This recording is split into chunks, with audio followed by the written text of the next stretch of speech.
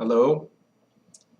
This is a quick video to let you all know that my new book, The Magician's I Ching, has now come out, and you can get it from Amazon, or you can get it from the website of the publisher, which is Karnak Books. And the question of why you should get it, well, The Magician's I Ching, it has in it, it's a 264-page book, and it contains the entire, I Ching for working with divination.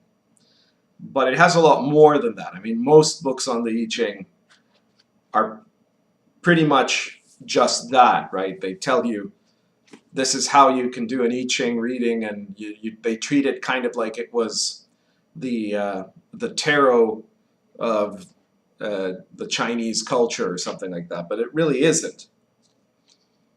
The I Ching, first of all, is the oldest book still in regular use in the entire world, and its position in the context of Chinese culture is not really comparable to the tarot in Western culture. The tarot in Western culture was largely marginalized, right? It's not a foundational subject. You could call it book, right? The Book of Thoth. It was created only about 500 years ago, and so it's something that's a product of Western culture, and it was never really in a central position in terms of either spiritual or philosophical thought. But the I Ching is literally one of the foundational systems, foundational teachings, and foundational spiritual concepts of Chinese culture. It's one of the five classics. It is in fact the one of the five classics that deals with spiritual transformation, because the other ones were, the histories and poetry and records of things that kings did and things like that. But out of the five classics, the I Ching is the one that is about the nature of reality, how we can make decisions within that reality, and how we can understand through the perspective of this system how in any given moment we can embody either the inferior person or the superior individual. That is, whether we want to show up and live out our higher potential, or if we want to only restrict ourselves to our inferior impulses. So the I Ching, it covers a lot of stuff. I mean, it has mathematical mysteries, similar in some ways to the Kabbalah. It has an elemental system that has its own sort of alchemy to it. It has a profound understanding of time and how time works, time and space, that is central to how one can understand mysticism and meditation. And it has this kind of alchemy of personal transformation. And most books on the I Ching in the West, probably most in the East too, don't really look into this very much. But the Magician's I Ching is specifically crafted in the context of understanding for Westerners who are already interested in not just fortune telling, but in spirituality, and putting it in a context that can be understood in the language of Western mysticism, how the I Ching works not just as a tool for fortune telling, but as a profound spiritual, you could say magical tool of transformation. So you get a lot more information in this book than in a lot of them about why the I Ching works and how to use it beyond just plain fortune telling. It talks about what the I Ching says about the nature of reality, and of time. It has a lot of useful details also. It's meant to be practical. It's not a theoretical book that you're just going to read. The idea is to work with it, right? And I'm not saying you don't use it for divination, because that's definitely a big part of it, right? It has a guide to common phrases and words that appear in the I Ching and how to understand these as symbolic concepts.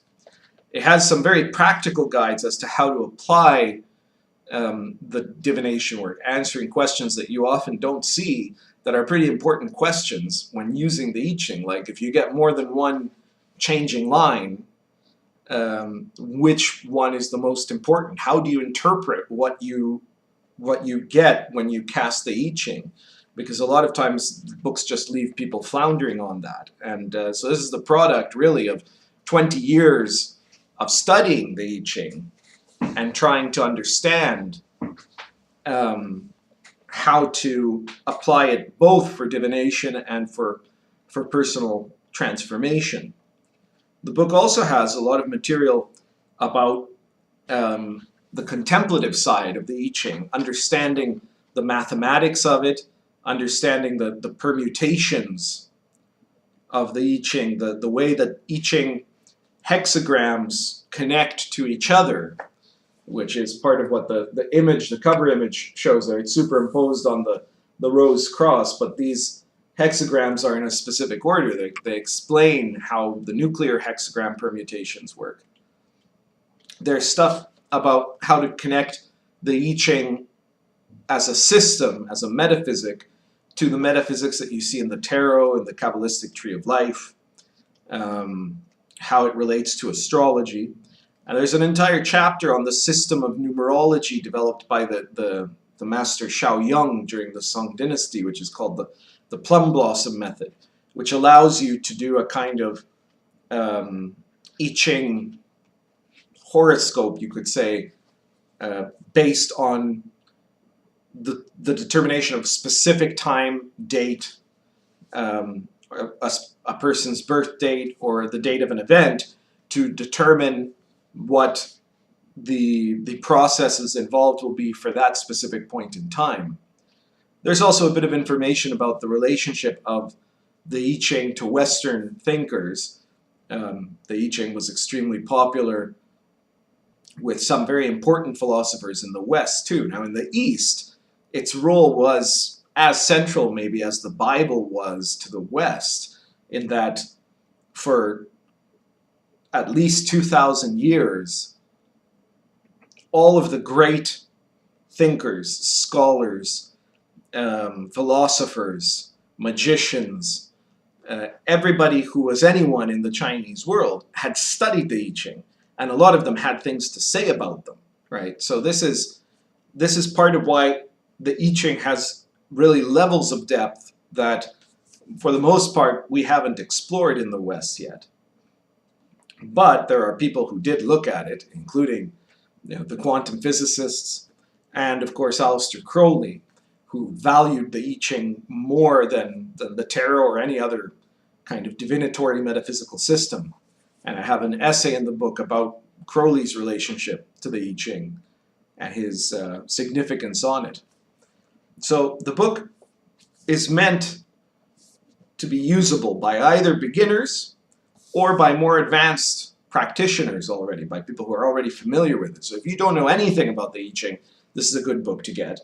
If you already know all the basic stuff you're going to find in a typical book about the I Ching, you're still going to find that this version of it is going to be very different than what you're used to. The emphasis is going to be on its usability in a spiritual practice. All of the entries for any of the given hexagrams is going to be set up in such a way that its emphasis is for you to use it actively as an oracle, and to use it actively as a way to understand your spiritual self-transformation, or the effort for you to incarnate the superior individual, as it were. With a lot of details that I think other versions, some of the more academic translations, end up not emphasizing or sometimes missing on account of trying to focus more on kind of a literalist translation or an academic perspective of the I Ching as a historical work. This is the magician's I Ching. It's the I Ching for someone who's trying to do work on themselves. So down in the description of the video, I'm going to have links to where you can get it, and also a link to the Facebook group that now has more than 500 members of people who are interested in the I Ching in general. It's the Magician's I Ching Facebook group, but even if you don't get the book right away, or maybe even if you're not sure if the book is for you, but you're interested in the I Ching, come check out the group because there's some very interesting conversations going on there. I do hope you take a look and consider purchasing the book, because I don't think that you'll be sorry. If you've liked most of my videos thus far, then you're definitely going to want to check this out. Thank you very much.